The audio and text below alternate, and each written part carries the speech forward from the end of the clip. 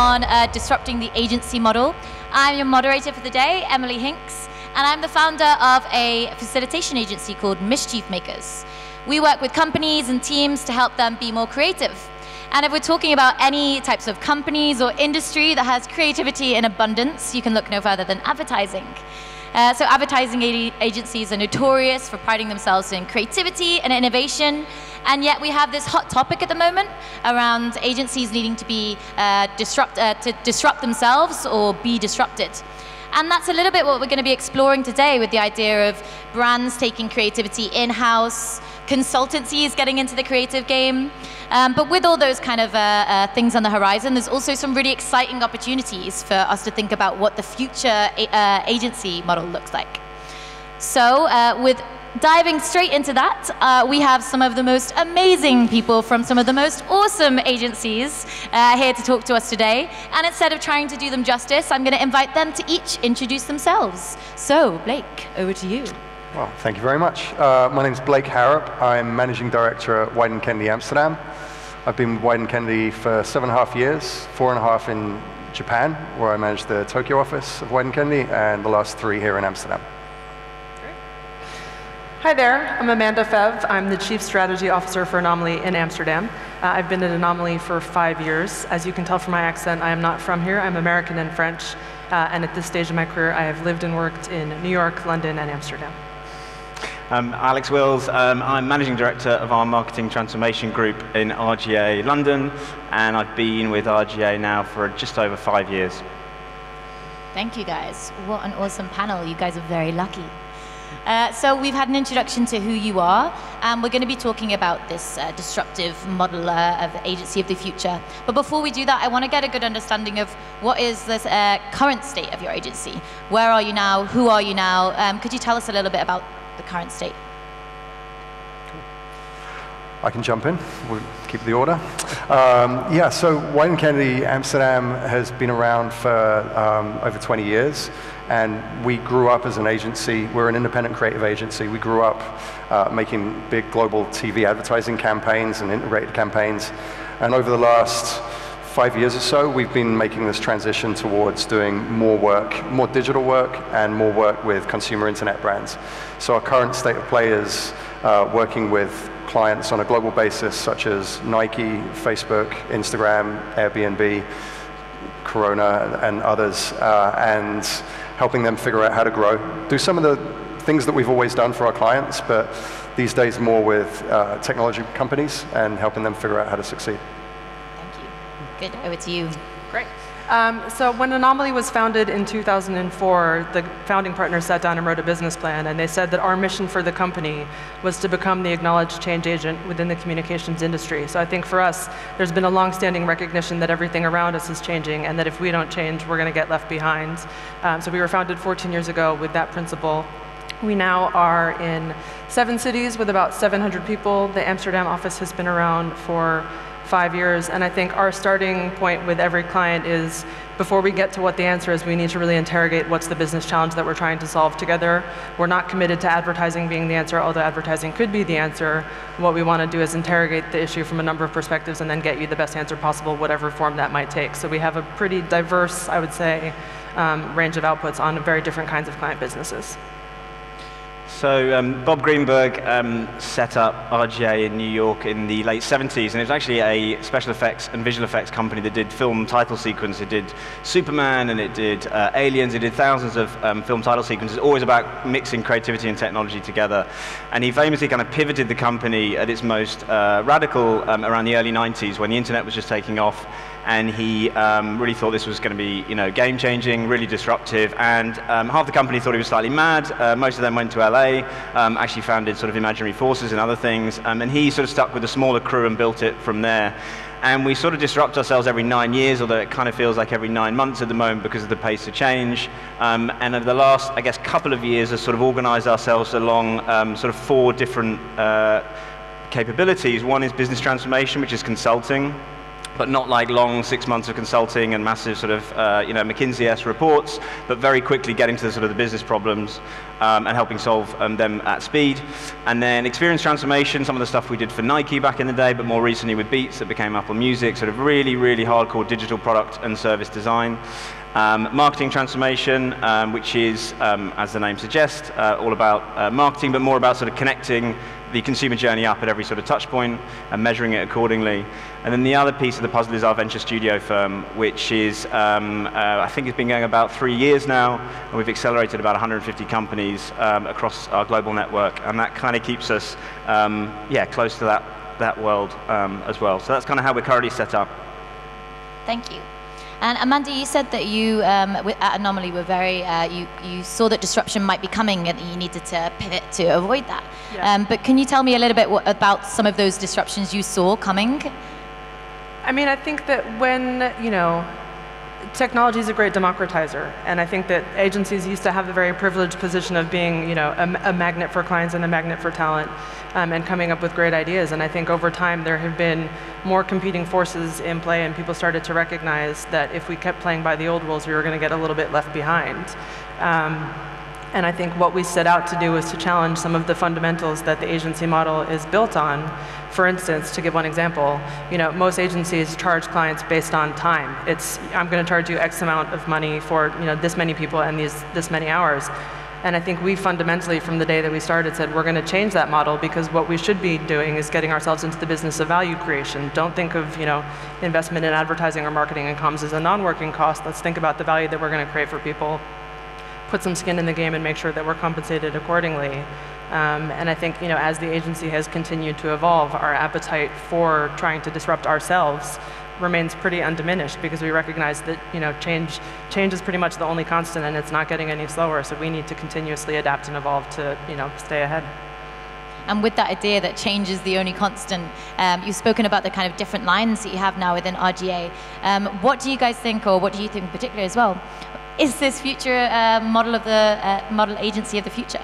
What is it? I think the key thing is, certainly for us, and I think for clients as well, is joining all those things up. I think that's the critical thing, and it's doing it pretty quickly. I think things are happening really quickly. Brands and clients need to take things to market really, really quickly, and so if they're working with multiple partners, which is often the agency mix, it's just going to be slow. However well those agencies play together, with varying degrees of success, to have all of those under one roof and to have that team really, really integrated, solving that problem at pace, from consultative, from business transformation, or those types of thinkers who can unlock really crunchy business problems, but then hand that quickly to people who are going to make digital products and services to sort of test that out, and then try and market it as well. I think that's for us is how we're trying to organize ourselves, but not just these silos, very much integrated, and as a result being able to work really quickly to solve these challenges. And how does that work within Wieden Kennedy in terms of the different departments or different areas working together? Yeah, I mean, so Wieden Kennedy, something Amanda said that really resonated was that culture of wanting to disrupt things and change things. And at Wieden Kennedy we talk about chaos, and the fact that I think all of these agencies have been at the top of some list over the last 5 years for being most innovative something or other. I'll go out on a limb and say we haven't got it figured out, at least speaking for my agency. That's, I think, one of the beauties of how it frees you to then start trying new things. So whatever it is, our last success, we got to believe that there's better stuff to come. So I think building that chaos and that freedom allows for creativity to thrive, and therefore you need a little bit of structure to make sure that the wheels don't come off. So the structure that we've got is the same structure that we've had pretty much since our inception. We still are creatively driven. So every office at Wieden Kennedy is run by 2 executive creative directors and 1 managing director. So 2 creative votes, only 1 business vote. And I'm the MD, by the way, I always lose. So, so that structure is the same. The process has changed a lot. The process, some of the things that were said about speed, for sure. Things are moving so quickly that you can't use the same processes anymore. But I think the culture of the company and the structure of the company, at least for us, for right now, again, we've not got it figured out, that feels like the thing that we shouldn't change. So you say that speed is a new thing, and things are going much faster. Is that from the client side as well, that they're asking for more speed? Yeah, I mean, absolutely. Just to keep, I think no one's going to say no. It kind of feels like there isn't anyone who isn't asking for speed. I mean, I think that it comes from clients, but it also comes from the changing nature of our competitive landscape, and in a way it should also come from all of us, because, you know, for better and for worse, some of us have been in this industry for a long time, and you used to take a really, really long time to do things, and I think that there's just isn't the tolerance for that these days from a cost perspective, from an efficiency perspective, and just in terms of wanting to get to results and, you know, get things live quickly. Yeah, and it's a bit from the, you know, the startup world and all of that, and that's a key component, because you can't take the time to go, right, we're going to come in and understand your business and do a definition and do all this. It's like you've just got to hit the ground running. Doesn't mean you don't do the research and the rigor and all of that, but you can do that as you are getting into the project. I think the other challenge though is, like, if you run too quick, and we found it recently on a client, you know, there was no brand building going on, so you're doing sort of functional comms really, really quickly, but if you don't lay the groundwork to build a brand, then it's going to fizzle out, and I think definitely speed, and you've got to run much quicker, and you've got to break the processes to allow you to do that, but you've also still got to, you know, really, really enforce the need to build a brand foundationally, if it is a new product or even an existing one. So when we're talking about innovating ourselves in the agency of the future versus now, what things are you doing within your agencies to facilitate that new speed? So you spoke about maybe breaking down processes, a couple of you touched upon. What else needs to change within an agency to facilitate this speed? I mean, I think like, just sticking on the speed point for a moment, I think like where you use your time as an agency becomes increasingly important. And in the past, you would talk a lot about, you know, being jealous of the other agency's campaign that has launched. I think now that's been exploded, and everyone can create, edit, and publish content with the phone in their pocket. So your competitor is not the agency, it's everyone. So how quickly you can get your idea made and get it out there becomes incredibly important. But how good that idea is also becomes important, and that will require time. So we almost have to flip the process on its head, where a company like Wieden Kennedy, that's famous for craft and like sweating the details of producing something beautiful, there are occasions where we shouldn't do that. We should actually like unpick the process and move quickly, because it will result in more creative opportunities. There are other occasions where you do need to like preserve the time required to craft something. So that the culture of not being too precious about the one thing, that's something that needs to change. And I think that process and talking about that, I think, is really important for agencies.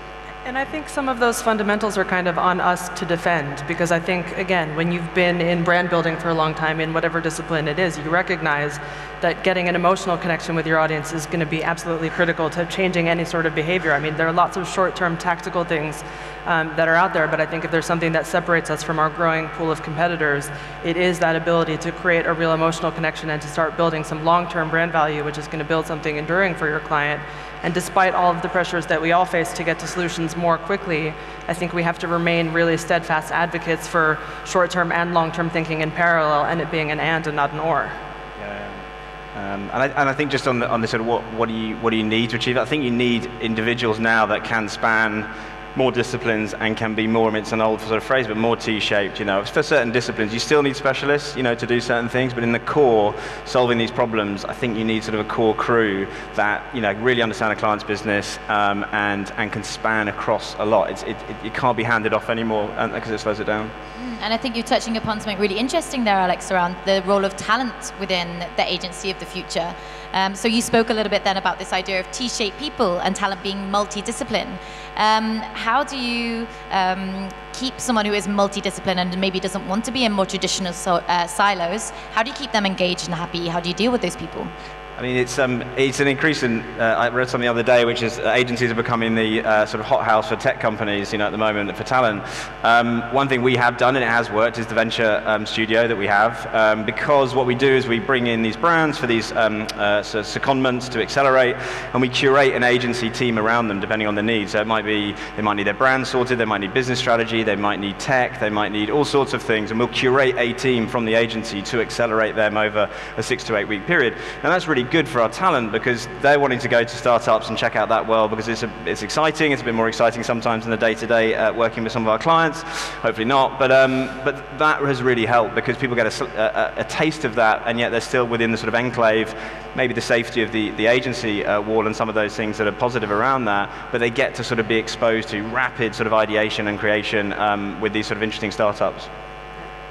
I mean, I think that there's another thing, which is the importance for all of us in diversifying our outputs so that the people that we're trying to attract or the people that are already in-house feel like they can learn and stretch themselves in new ways. I think there are a lot of companies that, once upon a time had a reputation for being great at doing print ads or great at doing TV.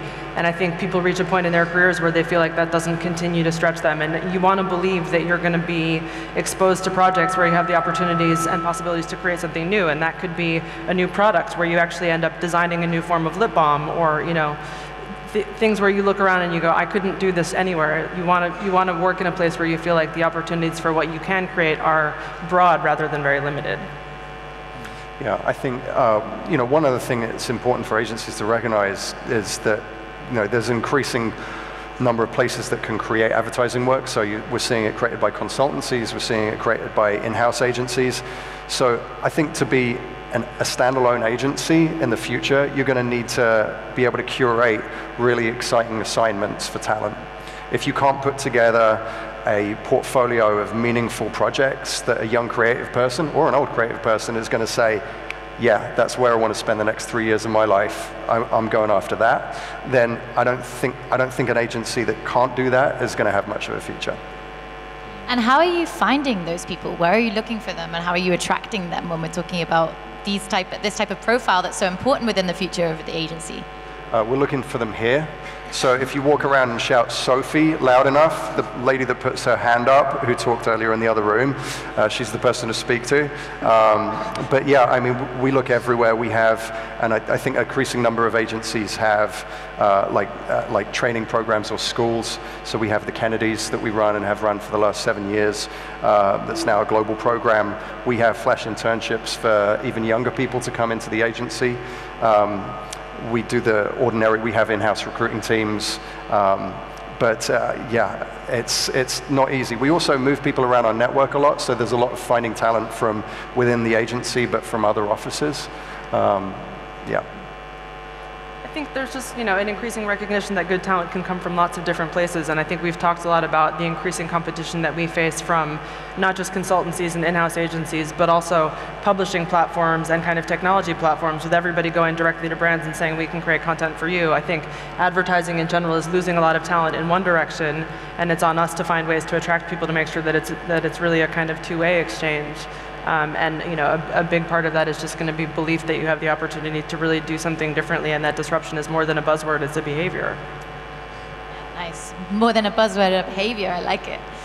So you spoke a little bit as well before about the finance behind it when we're talking about the business model of the future as well, and maybe working with and charging clients in different ways. Can you tell us a little bit more about that?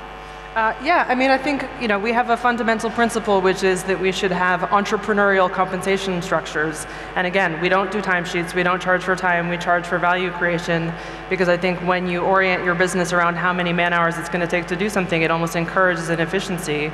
Whereas, if we can kind of create a solution that gets clients to value, whether it's quickly or slowly, that's what they should compensate us for. And I think that the other thing that's really important to us, and which is really important in this landscape, is that you have performance-based compensation as part of the overall package, because we have to be able to demonstrate that the work that we're doing is delivering results and not just making nice work, but that it's actually doing something in the real world and changing people's behavior.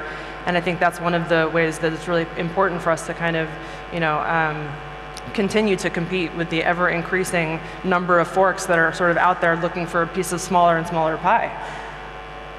Yeah, I think it is going to have to be seriously looked at over the next couple of years. I think we know the big retainers and the agency of records are sort of dwindling a little bit. I think there was a lot of fat in them, but I think we believe that there's a need to, like this core squad of people that I said, you need to retain a crew of people on an account or solving a problem, and that needs to be paid, obviously needs to be paid for, but like has some heads up that you're going to sort of keep these people on the job. So it can't just be project by project. It can be as well, but So I think the bigger retainers are going to sort of dwindle a little bit. I think our ventures arm has allowed us to investigate different business models. And that wasn't easy because we're set up in a certain way, we're part of a holding company. It's pretty challenging to suddenly go, well, let's do stakes in these startups. I mean, that's not, it sounds easy, but it's really not. So that's allowed us to create a vehicle where we can test new models of financing these sort of projects. And I think that's going to grow over the next few years and needs to sort of diversify the way we get paid. And in terms of that business model setup, so you spoke earlier about the different ventures that you have. We know that with brands taking their creative work potentially in-house and other people getting into this creative game, where do you think are the other interesting places for you to play as an agency in terms of the value, the things that you can deliver for brands and companies? I think the in-house is interesting. We've just actually responded to an RFP on Wednesday for that exact same thing, but it's I'm not going to name the client, but it's the first stage of them in-housing, and it's a total pilot. I mean, they admit the procurement guys who are slightly driving it, but the brand teams are on board as well. It's for functional stuff. It's for like community management. It's for sort of social stuff. It kind of makes sense, and we could have decided to go, we're not interested. This isn't for us. But it'd be a bit silly because I think there will be then an evolution to an agency in-house model. But then that's on us to work even harder to go, well, what's us then? What's the main mothership? What does it do that can't be done in-house? And I think that's a good challenge. I think it's one we can answer by saying, well, we can do, this, absolute forward thinking, be the pioneers of this, great creative platforms that the in-house agency can't and probably shouldn't do, because you're not going to be able to attract that level of talent or culture, realistically to do that. But I think if you have those stages, I think embrace it. It's more consultative, it's understanding their business from the inside, but it's just understanding the level that you play at and in the interface between the outside agency and maybe the in-house agency. So I think that is an opportunity. It's quite scary. I mean, when the RFP came in, a few people fell over, but I think that's an interesting thing to embrace and understand how it can be of benefit. Yeah, I think there's so much advertising out there that there's enough stuff that needs to get made that there'll be lots of ad agencies and in-house teams and consultancies. I think the thing that's always driven us as a company is we don't really like ads, or we don't like the majority of ads. And I think most people don't like the majority of ads. I mean, YouTube hard code, skip ad into their UI. There are ad blocking technologies, attention spans are extremely low, subscription services is growing. So people don't want ads, but they want entertaining experiences. They want nice content. So I think if we can be focused on that, then there's going to be, there'll be a future model. So we don't worry too much about the stuff that's going in-house. Some of those rudimentary things, the content that needs to fill the pipes, that's fine. We know that the thing that we do is the external perspective. It's the breakthrough creativity. So everything that we do to build our future businesses in service of protecting and evolving that. So things like looking at emerging entertainment platforms, things like investing in creative projects that are going to stretch the agency into new places. Those are the things, just to focus on, are we making things that people really want? Because if we're not doing that, then I just saw that guy's t-shirt said game over, so game over. Thanks, guy with the t-shirt. I think, just to build on that, of course, it is absolutely on us to entertain and to make people care, because most of the time advertisers are making things that people don't care about or enjoy. But I think that one of the things that we're seeing change in our business is how we go about making that is changing, and actually investing in production resource is an increasing priority, because once upon a time you had that kind of relay race system of you have an idea and then you get a production company on board and then they go and make it. And now that we're in this world where everyone is a maker from a kind of prototype and technology point of view, but also from a film, social post, whatever it might be point of view, I think we're all recognizing the need to be able to do more stuff ourselves more quickly and at lower cost than in the old model, where you had, the producer who basically was a sort of air traffic controller and overseer but wasn't really making anything. I think that we're looking for people who are kind of committed to joining a place where they feel like they have the chance to make stuff, and instead of being afraid to roll their sleeves up and get stuck in, they think, great, let's have at it. And I'm going to wrap up with a last question before asking you to share your last tips and learnings on something that you were talking about this perspective. I know that you all have global offices all over the world, and I want to explore the role of that of the global perspective in terms of the agency of the future. How do you utilize people from different offices, or work with clients across different offices, perhaps? I think it's extremely important, and we've seen even in the last 18 months trends towards there's always a pendulum swing between centralization and decentralization, we find. And there's like a political climate as well that affects that. I think what we found to be important when you're trying to create global work is if you exist in this sort of this non-existent global space where nobody actually lives, then you're not going to have your feet on the ground enough to create work that people really resonate with. So we always try to do a mixture of global work and local work. And we also try to protect teams so that they are not just thrown together from like some eye in the sky that thinks that it all makes sense and they will figure it out. Because the human dynamics of whether you've got the best web conferencing technology and collaborative software tools, it is going to come down to the trust and the chemistry between the individuals that are being vulnerable in front of each other, putting ideas out there. That fundamental human chemistry of people co-creating together sometimes needs to be in physical proximity. So we try to protect that a little bit. We have people move across offices a lot, but we tend not to do projects where it's like, all right, guy from that office, girl from that office, like virtual team, go do. I'm not a believer in the output that comes from that.